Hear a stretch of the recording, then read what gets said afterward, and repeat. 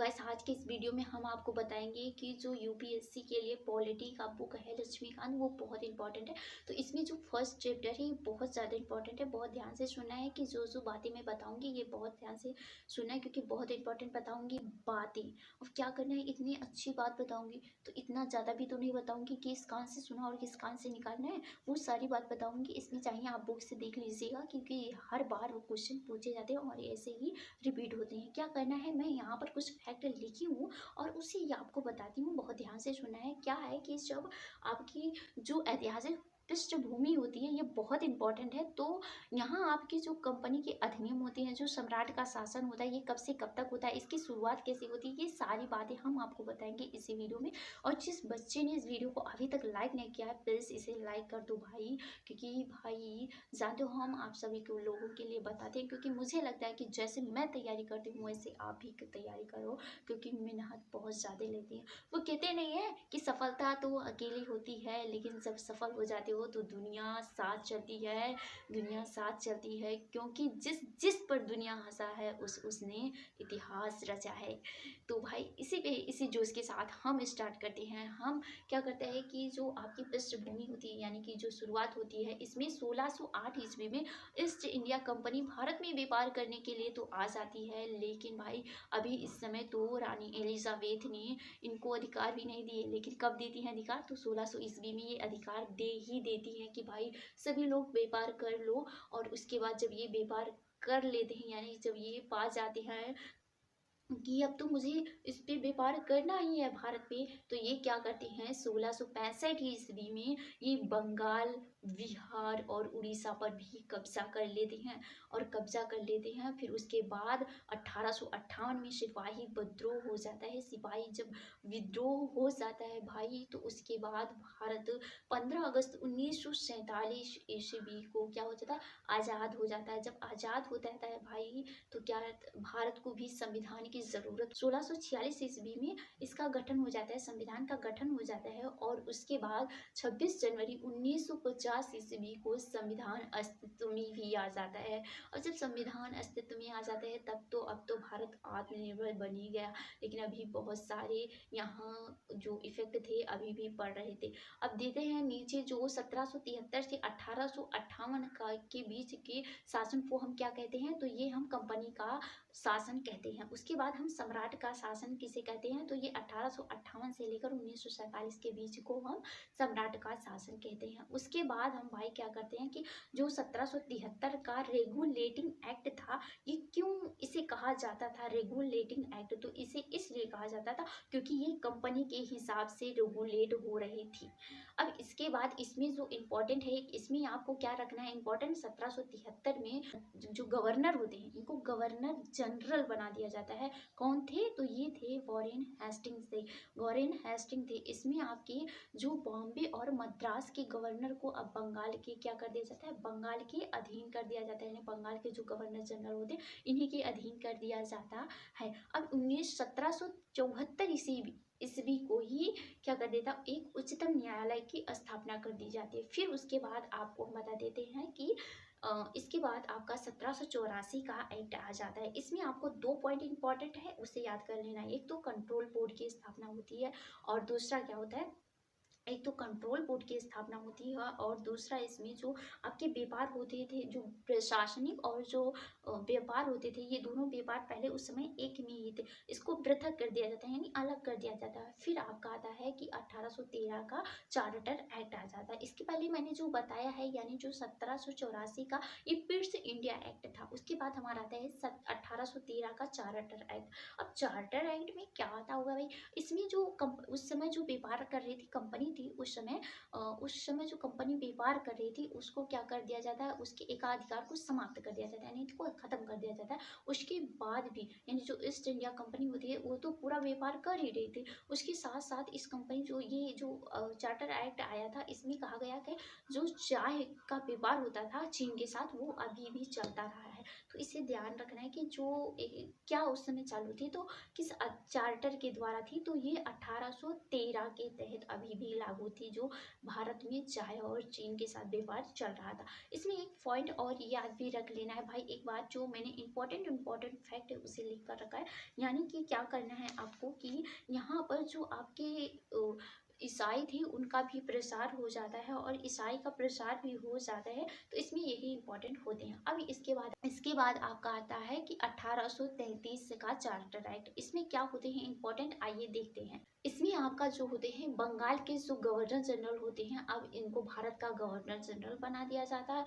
उसके बाद जो कानून उस प्रशासन कोई दूसरा देखता था, उसमें अब जो गवर्नर होते थे वही अब ये इस कानून को बनाते थे। कानून अब यही बनाते थे, उस समय कोई दूसरा बनाता था और इस समय अब जो गवर्नर होता था वही बनाता था। इसमें जो 1833 का जो चार्टर एक्ट था, इसमें जो भेदभाव वंश होते थे, अब इस भेदभाव को भी समाप्त कर दिया गया। यहाँ तक कि जो शासन जो ईस्वी थी, यहाँ तक के जो शासन थे अब तक के, इसे हम क्या कहते थे, इसे हम कंपनी का शासन कहते थे। अब इसके बाद हम 1858 के बाद और 1858 से लेकर 1947 तक के जो ईस्वी है, इसको हम क्या करेंगे, सम्राट का अधिनियम कहेंगे, यानी कि सम्राट का शासन कहेंगे।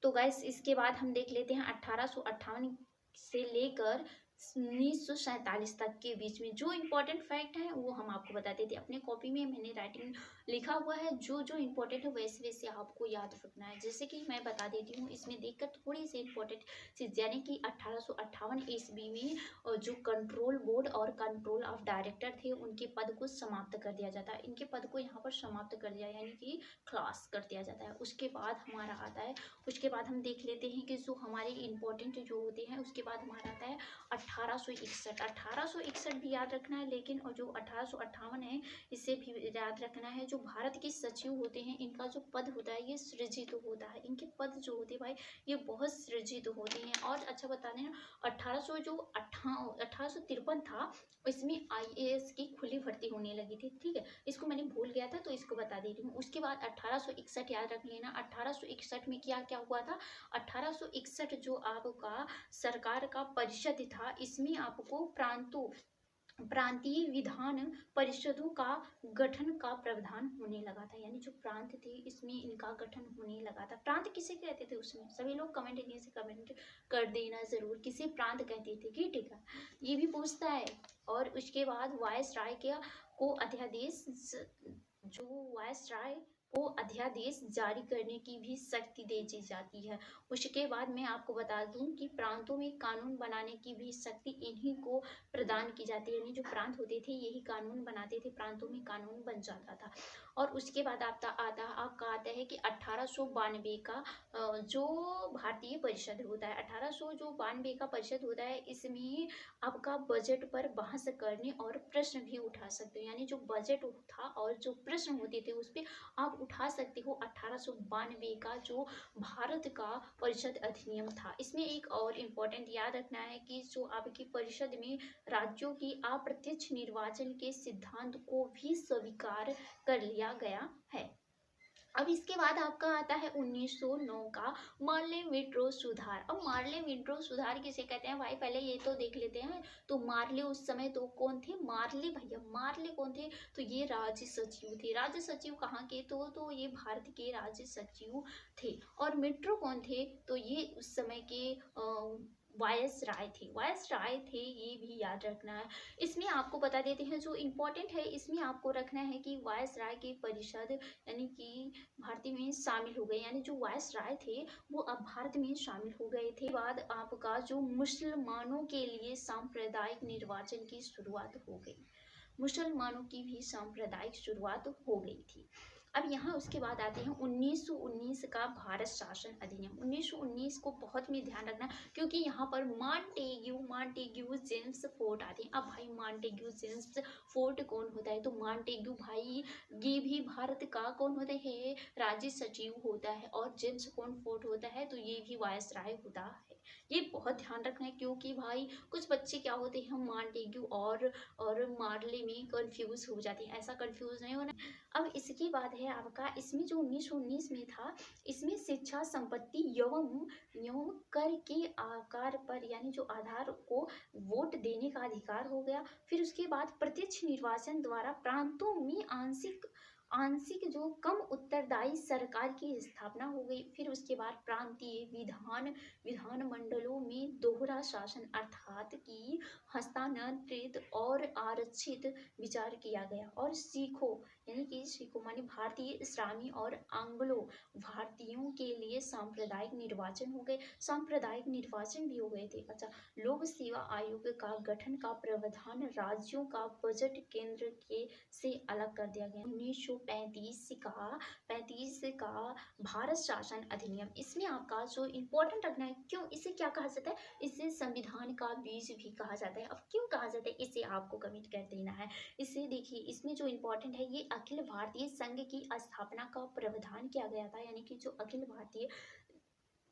भारतीय संघ जो है, इसकी स्थापना इसमें की गई थी। और जिसमें से दूसरा पॉइंट है कि लिखित रूप से केंद्र और राज्य के बीच शक्तियों का विभाजन, यानी जो केंद्र होगा और जो राज्य होगा, इसका भी विभाजन हो जाएगा। और प्रांतों में द्वैध शासन की समाप्ति कर दी गई थी, यानी जो प्रांत थे उसकी भी समाप्ति यहाँ कर दी गई थी। और प्रांतों में द्वैध विधायिका आ गई थी। और आरबीआई की जो स्थापना हुई थी, वो इसी अधिनियम के तहत हुई थी। अच्छा, द्वैध जो शासन हुआ था, ये कब चालू हुआ था, मैंने नहीं बताया, कोई बताना कि ये कब चालू हुआ था। तो ये भाई, ये हुआ था 1919 के अधिनियम में, 1919 को अधिनियम में याद रख लेना, बहुत इंपॉर्टेंट है। और समाप्त कब किया गया, 1935 के अधिनियम के तहत इसको समाप्त भी कर दिया गया था। ठीक है, अब क्या करना है कि 1947 का अधिनियम आ जाता है। इसमें वायस राय केंद्र का, जबकि जो वायस राय होता है वो केंद्र का हो जाता है,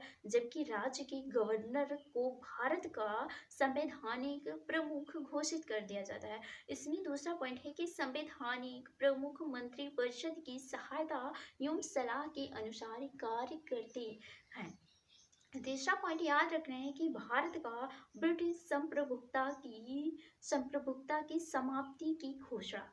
और दूसरा आपका है जो अगला पॉइंट है, यानी कि भारत तथा पाकिस्तान नामक दो आयोग की स्थापना हो जाती है। इसी के अभी आपको दो कंफ्यूजन कर सकता है कि कहीं 1935 के अधिनियम के तहत तो नहीं भारत और पाकिस्तान को अलग कर दिया गया था, या फिर 1947 के अधिनियम के तहत इसको अलग कर दिया गया था। तो किसके तहत इसको किया गया था, 1947 के अधिनियम के तहत भारत और पाकिस्तान को अलग कर दिया गया था। तो ये इम्पोर्टेंट रखना है आपको। यहीं पर आपका जो फर्स्ट चैप्टर होता है, मैं यहीं पर इसे क्लोज करती हूँ। लेकिन भाई, इसमें कुछ समिति भी रहे और कुछ बहुत इंपॉर्टेंट फैक्ट अभी भी हैं, तो नीचे अगर कमेंट करोगे तो मैं बता सकती हूँ कि जो स्वतंत्रता के बाद भारत में कौन किसके पास विभाग था, ये भी बहुत अच्छे से याद हो जाएगा।